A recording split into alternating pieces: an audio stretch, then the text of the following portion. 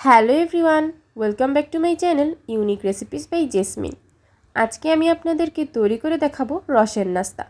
রসের নাস্তা তৈরি করার জন্য আমি এখানে প্রথমেই 4 লিটার রস নিয়ে নিয়েছি। 4 লিটার রসকে আমি চুলার উপরে ফুটিয়ে 3 লিটার করে নিয়েছি। আপনারা দেখতেই পাচ্ছেন রসের রঙটা হালকা লালচে ভাব। রসটাকে আমি কিছুক্ষণ চুলার উপরে নাড়াচাড়া করে এর ভিতরে দিয়ে দিব 3-4টা তেজপাতা, দিয়ে দিব 4টি দারচিনি এবং 5টি এলাচ, দিয়ে দিচ্ছি স্বাদ মতো লবণ। লবণটা দেওয়ার পর রসের রঙটা যখন লালচে হয়ে আসবে তখন আমি এর ভিতরে দিয়ে দিব 2 কাপ পরিমাণ পোলাওর চাল। পোলাওর চালটাকে আমি ভালোভাবে পরিষ্কার করে তারপর রসের ভিতরে দিয়ে দিয়েছি। পোলাওর চালটা দেওয়া হয়ে গেলে আমি চামচের সাহায্যে পোলাওর চালটাকে রসের সাথে ভালোভাবে নেড়েচেড়ে মিশিয়ে নেব এবং চুলার উপরে ভালোভাবে রান্না করে নেব। এখানে কিন্তু রসটা এবং পোলাওর চালটা একসাথেই ফুটতে থাকবে। রসটা যখন ফুটবে তখন পোলাওর চালটাও এখানে ভালোভাবে সিদ্ধ হয়ে যাবে।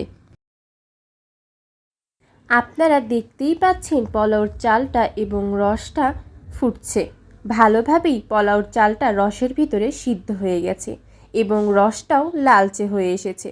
রসটা যখন লালচে হয়ে যাবে তখন আমি রসের ভিতরে দিয়ে দেব নারিকেল। নারিকেলটা আমি রসের ভিতরে ভালোভাবে দিয়ে দেব। নারিকেলটা দেওয়া হয়ে গেলে আমি চামচের সাহায্যে নারিকেলটা রসের সাথে ভালোভাবে মিশিয়ে নেব এবং নাড়াচাড়া করে দেব। নাড়াচাড়া হয়ে গেলে আমি এর ভিতরে দিয়ে দেব ভেজে রাখা বাদাম। বাদামটা আমি রসের ভিতরে দিয়ে চামচের সাহায্যে বাদামটাকেও রসের সাথে ভালোভাবে মিশিয়ে নেব। রসের নাস্তার ভিতরে কিন্তু আমি আলাদা করে কোনো চিনি ব্যবহার করিনি। যেহেতু রসটা এমনিতেই খেতে অনেক মিষ্টি, তাই এখানে চিনি ব্যবহার করার কোনো প্রয়োজন নেই। রসের নাস্তাটা অলমোস্ট তৈরি হয়ে গেছে। এখন আমি রসের নাস্তার এই পাতিলটা থেকে রসের নাস্তাটাকে আমি একটি খোলামেলা পাত্রের ভিতরে ঢেলে নেব এবং 10 মিনিট রসের নাস্তাটাকে রান্না করে নেব। আমি শিওর আপনারা যদি এইভাবে রসের নাস্তাটা রান্না করেন তাহলে এর স্বাদ আপনাদের মুখে লেগেই থাকবে।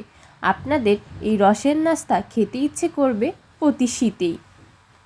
চুলার আঁচটা আমি এখন বন্ধ করে দেব এবং রসের নাস্তাটা পরিবেশন করার আগে একটি চামচের সাহায্যে অবশ্যই রসের নাস্তাটাকে নাড়াচাড়া করে নিতে হবে। রসের নাস্তা তৈরি হয়ে গেছে। এখন আমি রসের নাস্তাটাকে পরিবেশন করে নেব। রসের নাস্তা আমরা কম বেশি সবাই খেতে পছন্দ করি, কিন্তু রসটা যেহেতু শীতের সময় বেশি পাওয়া যায় তাই আমাদের সবার উচিত একটু কষ্ট করে হলেও এই রসের নাস্তাটা শীতের সময় ট্রাই করা এবং পরিবারের সাথে এই রসের নাস্তাটা শেয়ার করা। তৈরি হয়ে গেল দারুণ স্বাদের রসের নাস্তা। তাহলে আর দেরি কেন, এই শীতে ঝটপট বানিয়ে ফেলুন এই সুস্বাদু মজাদার রসের নাস্তা এবং আপনার পরিবারের সামনে পরিবেশন করুন এই মজাদার রসের নাস্তার রেসিপিটি। আজ তাহলে এই পর্যন্তই। আবার কোনো একদিন আপনাদের সামনে হাজির হয়ে যাব নতুন কোনো এক রেসিপি নিয়ে।